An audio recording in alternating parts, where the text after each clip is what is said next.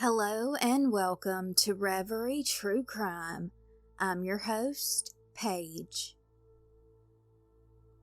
Today's episode takes place in Jamaica, where there are strict anti-gay laws, and I'd like for you to keep this history of Jamaica and their laws in your mind throughout this episode.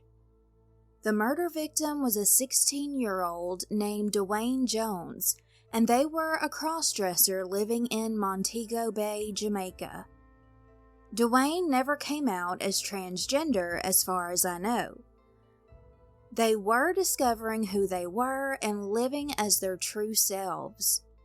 The vile hatred and strict laws towards the LGBTQ+ community makes for an environment that is very life-threatening for them to live. First, we're going to start with laws against same-sex sexual activity, the Offenses Against the Person Act.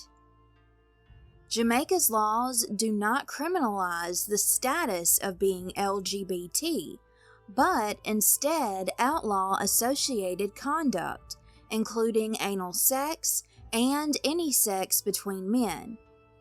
The Offenses Against the Person Act, or OAPA, provides as follows. Section 76. Unnatural Offenses.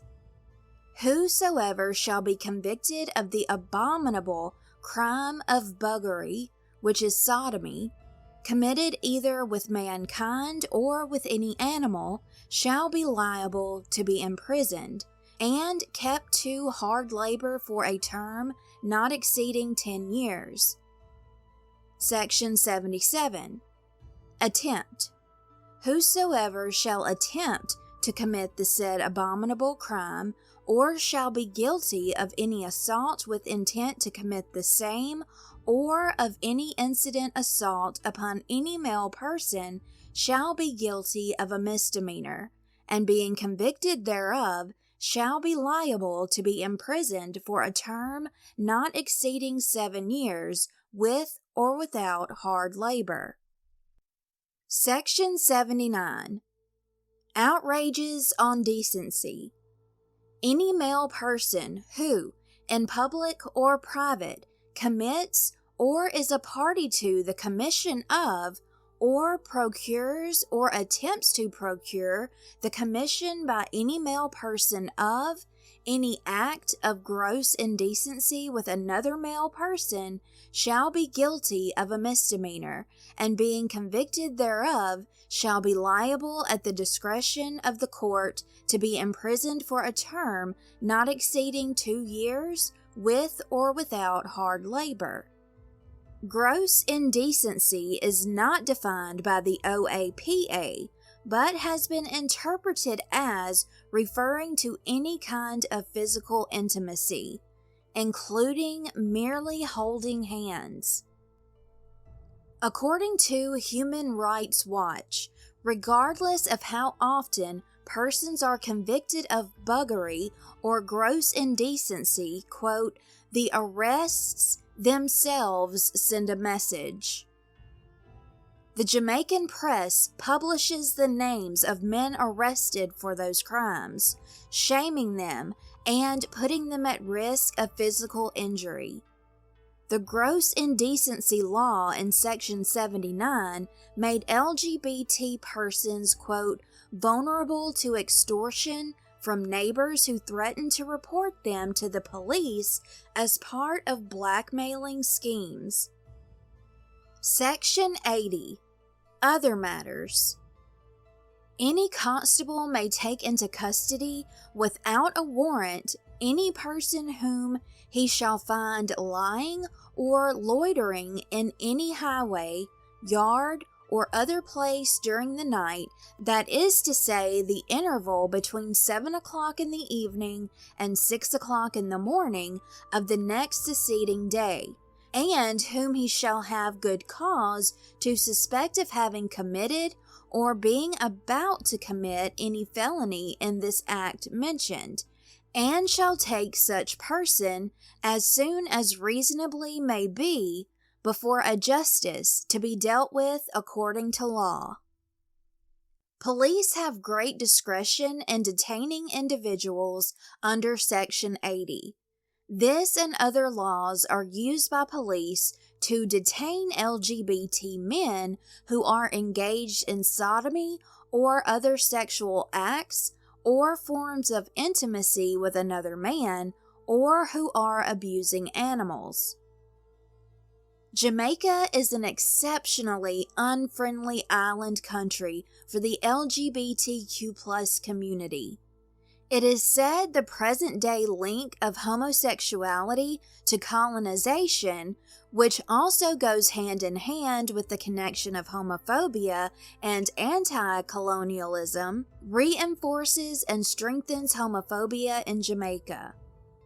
An American ethnomusicologist, college professor at the Berklee College of Music, Wayne Marshall, explained that in the island country, homosexual behaviors are, quote, decadent products of the West, and are thus to be resisted alongside other forms of colonization, cultural or political.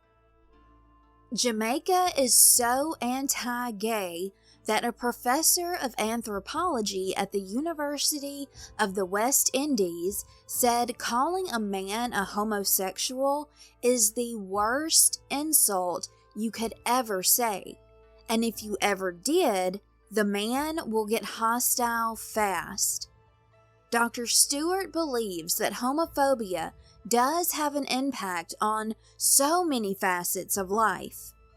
Homophobia even molds how children and young adults speak to each other. For example, you cannot say, "Come back here."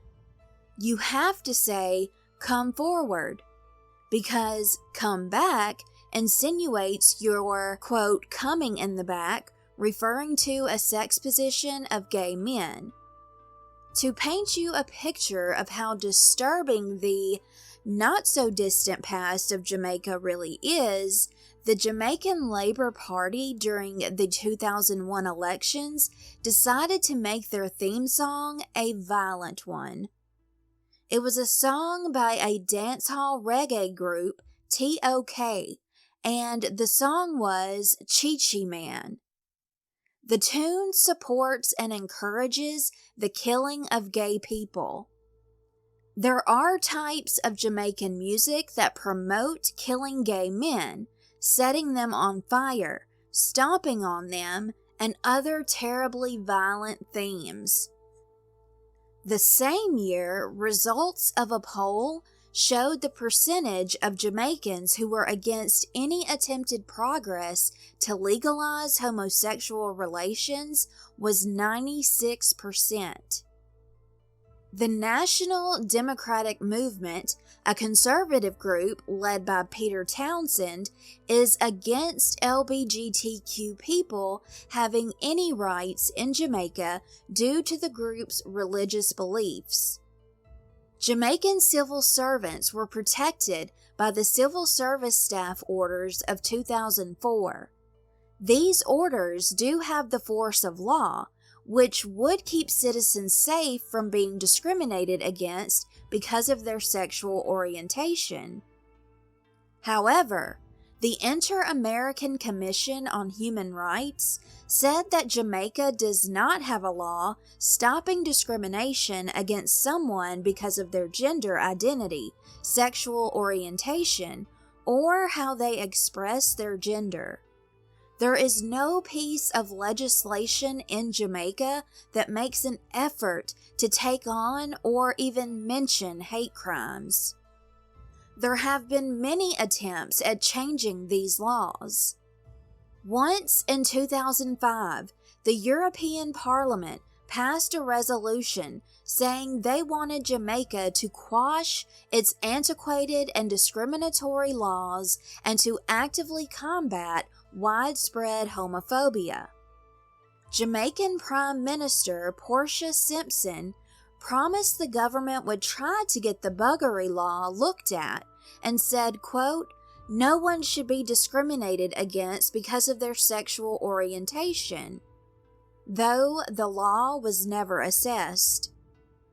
Bruce Golding was an opposition leader in 2006 who would go on to become Prime Minister. In 2006, he made a solemn promise that, quote, homosexuals will find no solace in any cabinet formed by me. In 2008, Bruce was asked if someone from the LGBTQ+ community could be in the cabinet yet. He responded, quote, sure, they can be in the cabinet, but not mine. A Labour Party member of the Parliament, Ernest Smith, in 2009 said during a parliamentary debate, quote, homosexual activities seem to have taken over Jamaica. Ernest went on to say homosexuals were abusive and violent. He wanted an even harsher law prohibiting homosexual conduct between men. If this law was violated, the men would be locked away behind bars for life. Chapter 3 of the Jamaican Constitution included a National Bill of Rights in 2011. It declared the people of Jamaica are assured many political and civil rights, but what the bill does not do is confirm the accuracy of any laws that pertain to sexual offenses, pornography, or, quote, the traditional definition of marriage. The Charter of Fundamental Rights and Freedoms Act of 2011 was also set forth by the Parliament.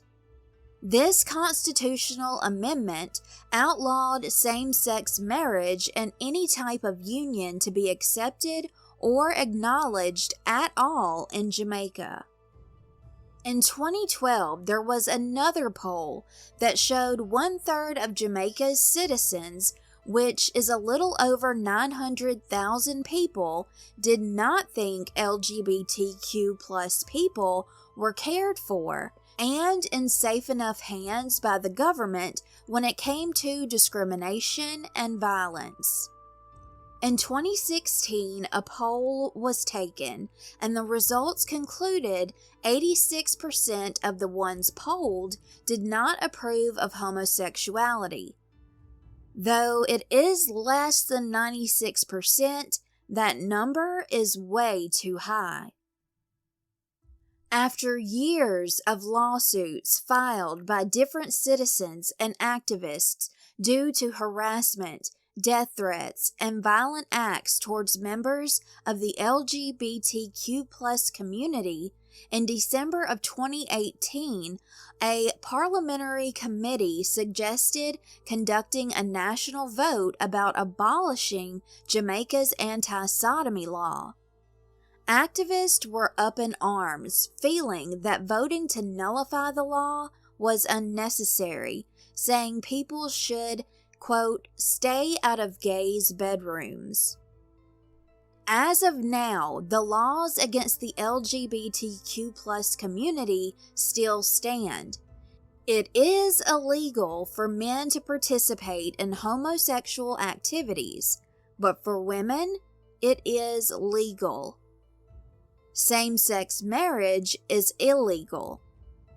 It is legal to change your gender in Jamaica, and surgery is not required to do so. Being non-binary is not legally recognized. Same-sex couples cannot adopt. A single person who identifies as anything other than heterosexual is allowed to adopt. A person of the LGBTQ+ community can serve openly in the military. Blood donations in the more recent years have allowed men who have sex with other men to give blood. Whether conversion therapy is legal or not, the current status is labeled ambiguous and unknown. There are absolutely no LGBTQ+ discrimination protections. A business has a right to hire or fire someone if they simply don't agree with the individual being an LGBTQ plus person. Buying a house is the same thing.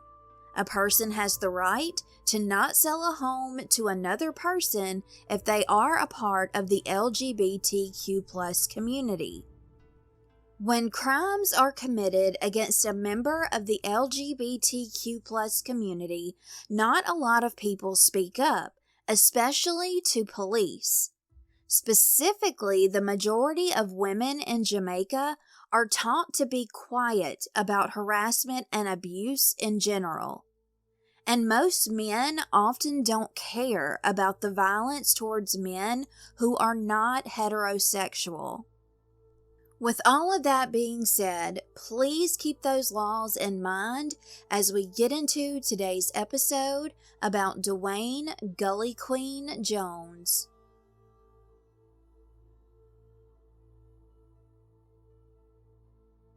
Dwayne Jones was 16 years old in 2013. They were raised in Montego Bay, the capital of the parish of St. James in Jamaica. The part of Montego Bay where Dwayne lived was Paradise Row.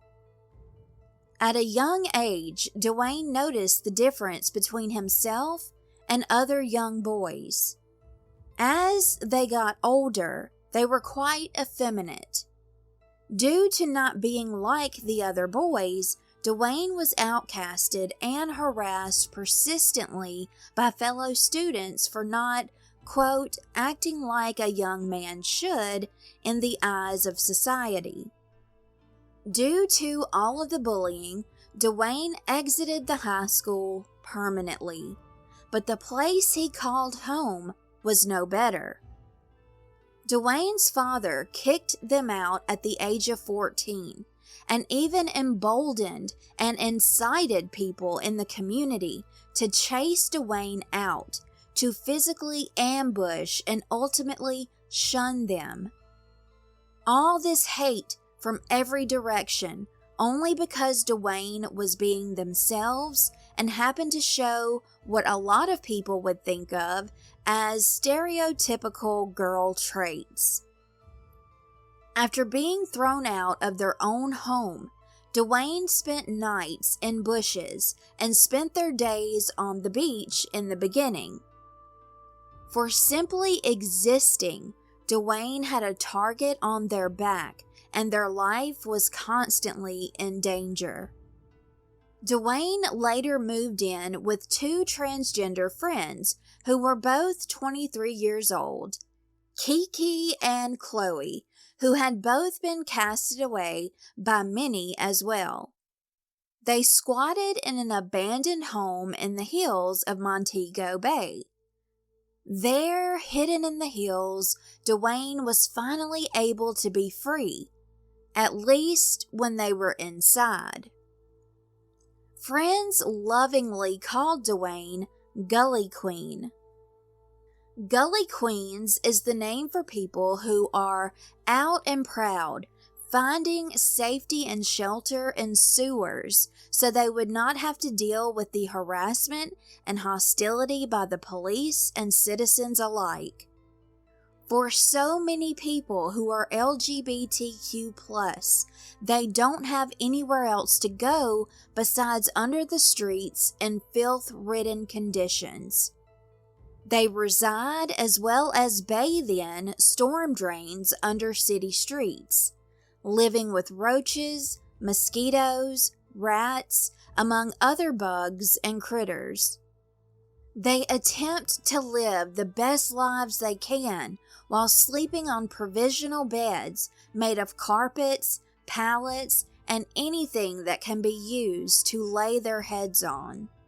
In order to make money, they might resort to selling illegal substances, alcohol, biscuits, and performing sexual favors. Luckily for Dwayne, they were able to find refuge with KeKe and Khloe and proudly embraced the Gully Queen nickname. Dwayne began making friends in the LGBTQ+ community and expressing themselves through clothes, makeup, and dance. Finally, Dwayne felt acceptance after feeling so beaten down throughout their young life. Dwayne had dreams and aspirations of becoming a performer like Lady Gaga, a prominent figure who stands out and stands up for others. Dwayne even competed in dance competitions, winning quite a few. If not a performer, Dwayne wanted to be a teacher or work in the tourist industry. Tourism is how Jamaica brings in the most money, and tourism provides 1/4 of all jobs in Jamaica. Khloe said, Gully Queen was a diva who was always very feisty and joking around. Dwayne fully embraced being the Gully Queen and seemed to exude so much happiness at this point in their life. With this area of Montego Bay being a very homophobic place, it was brave yet extremely unsafe for Dwayne to simply live as their authentic self, and on July 21st, 2013, Dwayne would be killed for it. At 16 years old, Dwayne got dolled up for a party, sporting a pretty dress with KeKe and Khloe. This party was at a straight bar in the area of Irwin, and Sundays were known as Hennessy Sundays. This was Dwayne's first time to go out in a dress to a straight bar. Dwayne was, of course, a tad nervous and anxious, but also very thrilled and ready to have a great night. KeKe, Khloe, and the Gully Queen took a taxi to the bar and arrived around 2 a.m. Since Dwayne passed as looking like a young woman, boys were dancing with them and having a great time. People at these parties did not know if Dwayne was a young man or a young woman. It would be deadly if they knew Dwayne was a person with a penis who wore a dress. Dwayne was not trying to trick anyone into thinking they were a young woman. They just wanted to dance and express themselves without anyone knowing what was between their legs. That early morning of July 21st, Dwayne's secret of cross-dressing would be revealed by a young woman who Dwayne somewhat trusted at the party because they had gone to church together. This young woman scurried away, quickly telling her male friends and acquaintances about Dwayne's biological sex. These young men circled around Dwayne outside of the bar, intimidating them, wanting to know, quote, "Are you a woman or a man?" One of the young men took his lantern and began to look the Gully Queen up and down. When he got to their feet, he claimed those feet were too big to be a young woman's feet. Full of fear, Dwayne kept saying they were a girl, but it wasn't enough to satisfy the angry men.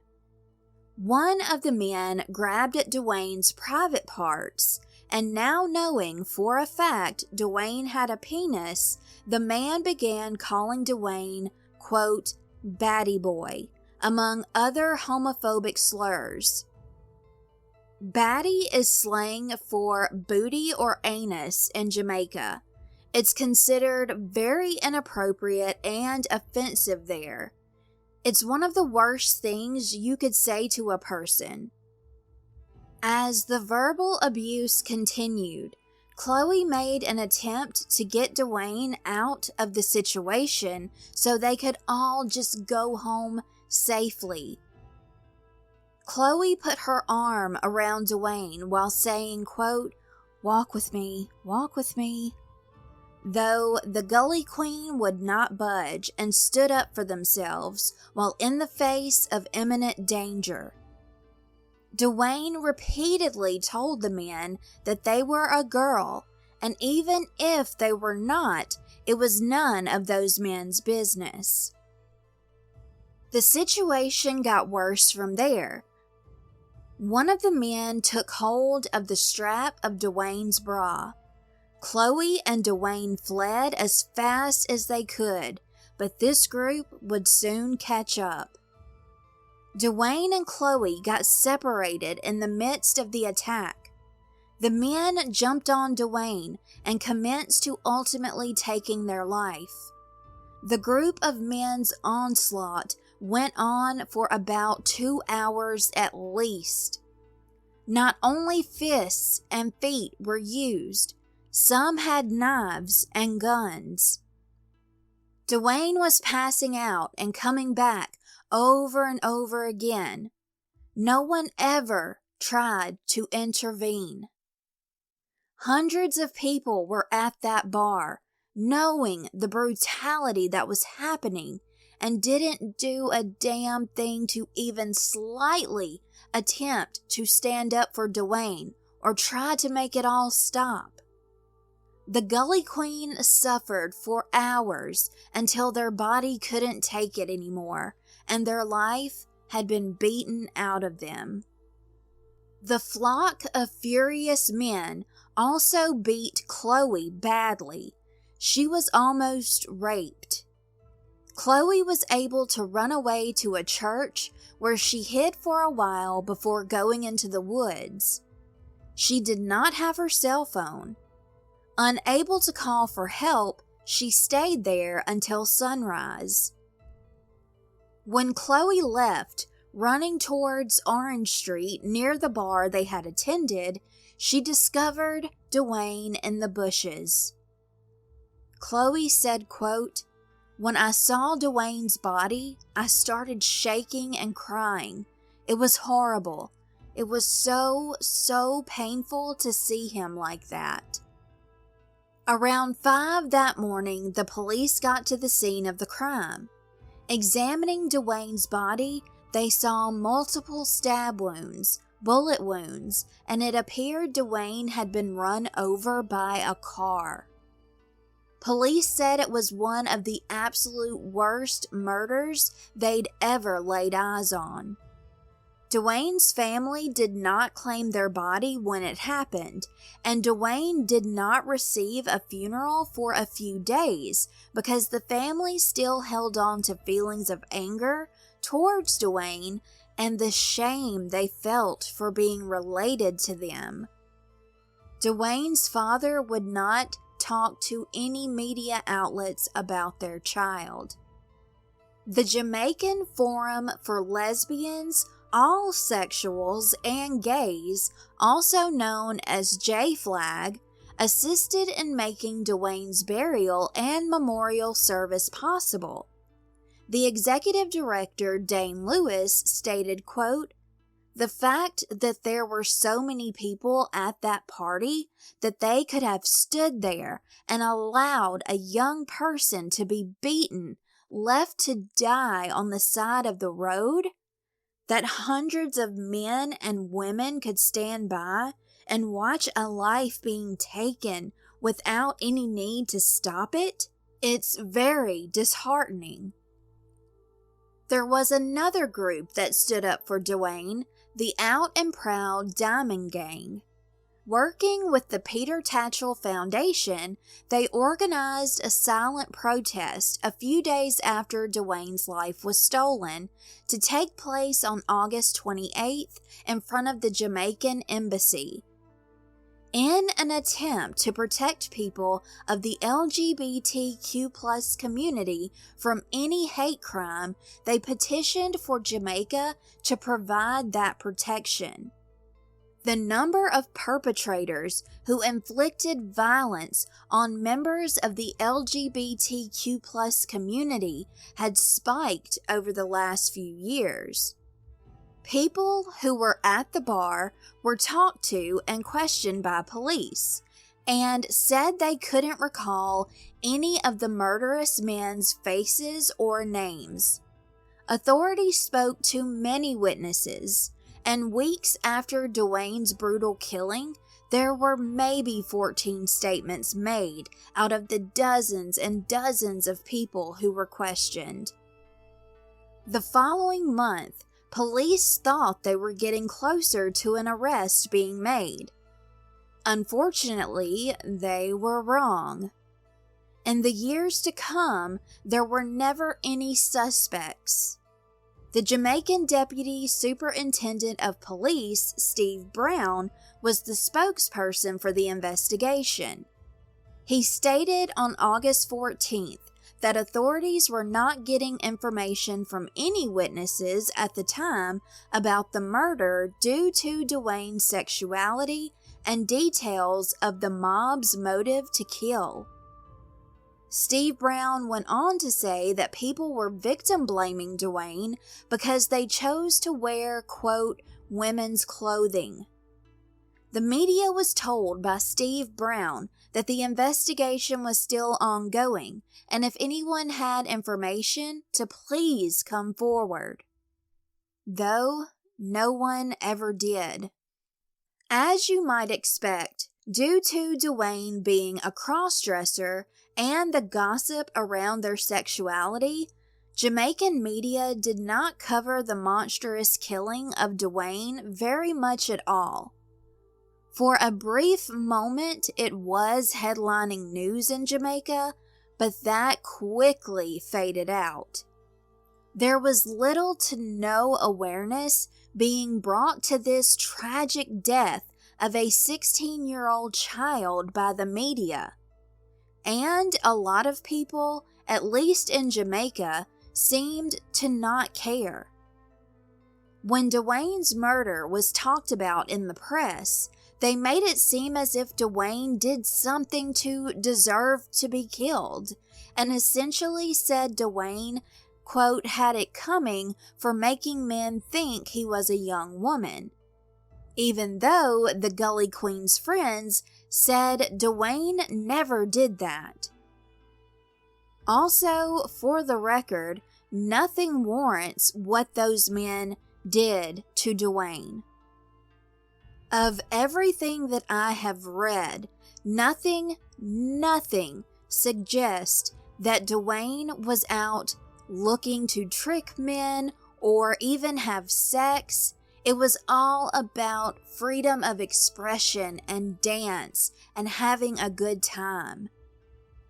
A few weeks after the murder, Jamaicans for Justice gave a statement to the media, quote, there has been little sense of outrage, little media coverage, and only a few voices speaking up and out about this killing. We must ask ourselves what this says about us as a people. Jamaica's Justice Minister, Senator Mark Golding, talked about how awful the murder was and said there should be an end to, quote, depraved acts of violence in Jamaica, adding that all well-thinking Jamaicans should embrace the principle of respect for the basic human rights of all persons and express tolerance towards minority groups like the LGBTQ+ community. The J-Flag group said, quote, we send our sincere condolences to the family and friends of the teenager who was slain. We call for a thorough investigation into the murder of the teenager in Montego Bay and the hope that the family and loved ones of the slain teen will find the justice they deserve. The Gully Queen's closest friends, Khloe and KeKe, were having to deal with the tragic loss as well as Khloe's terrifying encounter with the men who were out to kill her, too. Khloe had scars on her arm and stomach, which are constant reminders of that night. She was haunted by the last image she has in her mind of her friend. KeKe was having a hard time processing everything that happened to her dear friends and expressed how much she misses their Gully queen. Quote, "I'll be cooking in the kitchen and I'll say, 'Dwayne, you hungry?' Or something like that. We just miss him all the time. Sometimes I think I see him." Right down the hall where Dwayne's room was, it was bare bones besides the curtain on the window, and they were adorned with red roses. Khloe and KeKe were targeted even more now than ever. Their nightmare was far from over. Two trans women speaking to the media in a positive way about Dwayne made a lot of people seethe with rage and disgust. The two remained in the deserted home in the hills, and in October of 2013, an irate group of people went there and burned their safe haven to the ground. Police were contacted about the arson and went to the scene. When asked by an officer with the St. James Public Health Department, named Everald Morgan, to put Khloe and KeKe somewhere safe for a while so they could try to get back on their feet and gain some stability in their lives, the police refused. KeKe, Khloe, and others who would come stay at the home on occasion were put out on the streets where they could potentially become victims of a hate crime. Everald said, quote, "We can say that we are becoming more tolerant, and thankfully that's because of people like Dwayne who have helped push the envelope." In Dwayne's memory, a charity named Dwayne's House was born. Dwayne's House gives shelter to homeless youth of the LGBTQ+ community. According to the Huffington Post, posted in 2013, the Jamaican Forum for Lesbians, Allsexuals, and Gays reported various human rights abuses against gay individuals to the State Department in 2010, including arbitrary detention, mob attacks, stabbings, and targeted shootings. There were also reports of gang rapes, genital mutilation, vandalism, threats, and intimidation. Police often did not investigate such crimes, and gay men are said to be hesitant to report them out of fear for their safety. J-Flag said there had been a spike in homophobic attacks by 400% since 2009. In Jamaica, the churches spouted their anti-gay ideologies even more. On June 23, 2013, an anti-gay rally happened in St. James. This rally was led by Montego Bay pastor Glendon Powell, a member of the Open Bible Standard Church that is based in Des Moines, Iowa. Jamaican LGBT rights advocate Maurice Tomlinson told LGBTQ Nation, quote, "Despite this ongoing slaughter of innocents, many Jamaicans, including attorney-at-law and senior member of the opposition political party, Ernest Smith, categorically deny that gay Jamaicans are under attack. He also noted that officials will not deal with homophobic hate crimes, and instead they push the narrative that gay people bring all of it onto themselves." Going on to say, the Jamaican religious right keeps claiming all attacks are gay-on-gay violence. They even have the police say this foolishness. The Jamaican government refuses to show leadership on the issue of human rights of LGBT people. End quote. In 2015, the LGBTQ+ community of Jamaica held its first ever gay pride event in Kingston, which lasted a week. The events included a flash mob coming together in a park, an art exhibit, and LGBTQ+ members of the community performed songs and read poems. It was a very peaceful event, and activists were saying it seemed as if people in Jamaica were becoming more accepting, or at least tolerant, of LGBTQ+ people more than in the past. However, the homophobic laws still stood. LaToya Nugent of J-Flag, who organized the Pride event, said, quote, "I think we will look back on this and see it as a turning point, because many persons thought that it would never actually happen. What we are seeing these days is more and more LGBT people willing to be visible, to be open, and to be public. It's remarkable." About the Pride event, a Jamaican civil rights activist, Angeline Jackson, stated, quote, "This allowed the LGBT community and all its allies to feel free, to have a safe space for a week, but we need more. We have to change society. It's not only the law, but it's changing hearts, the minds, and attitudes of Jamaicans that's going to be difficult. We need to move people away from the mob mentality." LaToya Nugent also said, quote, "We had an awesome and incredible week of events. What we're hoping for next is to engage leaders in business and the church and civil society to make Jamaica a more inclusive place for the LGBT community." To this day, Jamaica's anti-gay laws still exist, and the targeted violence has not lessened. Dwayne Jones's case is still unsolved.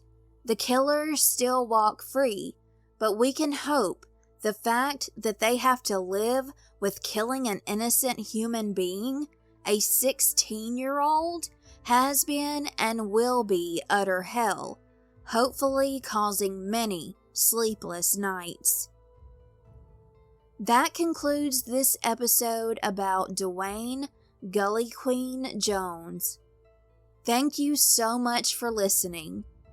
Before closing out this episode, I want to thank everyone for their support on Patreon at patreon.com/reverytruecrime. Thank you to Lorraine, Chelsea, Matt, Jade, Badcast Company, TZ, Angel, Stephanie, Steve, Rachel, Gigi, Zane, Amanda, and Kelly. Until next time, everyone stay safe and take care of yourselves and each other.